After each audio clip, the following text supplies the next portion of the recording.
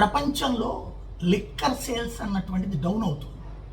ఒకప్పుడు పాశ్చాత్య దేశాల్లో లిక్కర్ తాగడం రొటీన్ రోజువారీ కార్యక్రమం.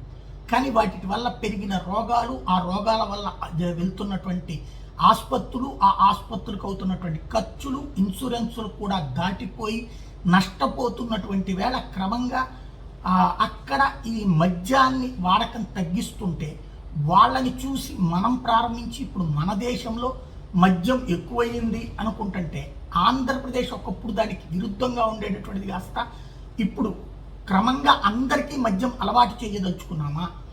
మొన్ననే బీచ్లలో బీచ్లో షార్ట్స్ అన్నటువంటి పేరుతో మద్యం దుకాణాలు పెట్టి తింటం తాగటం, ఇంతవరకు చాటుగా తాగే దశ నుండి బహిరంగంగా తాగడానికి కుటుంబం మొత్తం కలిసి తాగడానికి ఒక ఏర్పాట్లు చేశాం. తద్వారా మనం మంచి చేస్తున్నామా చెడు చేస్తున్నామా అనుకుంటుంటే ఈలోపు తిరుపతి తప్ప అన్ని ఎయిర్పోర్టుల్లో మద్యం అమ్మకాలు అన్నటువంటి. సరే, ఇంటర్నేషనల్ ఎయిర్పోర్ట్లో పెట్టడం తప్పులేదు, ఎందుకంటే అక్కడ ఇంటర్నేషనల్ ఎయిర్పోర్టుల్లో అంతర్జాతీయ పర్యాటకులు ఉంటారు కాబట్టి వాళ్ళు తాగాలనుకుంటారు కాబట్టి. బట్ డొమెస్టిక్ ఎయిర్పోర్టులో కూడా తాగడానికి ఏర్పాటు చేస్తే తద్వారా మనం ఎలాంటి సంకేతం ఇస్తున్నాం? తాగి ఫ్లైట్ ఎక్కినటువంటి వాడు సక్రమంగానే ఉంటాడా? కక్కడ, ఉమ్మడ, అరవడ, కేకలేయడా? తద్వారా మన పరుగులు తీయరా? ఇది కరెక్ట్ అయిన పద్ధతేనా? ఎక్కడి నుంచి ఎక్కడికి పోతున్నాం?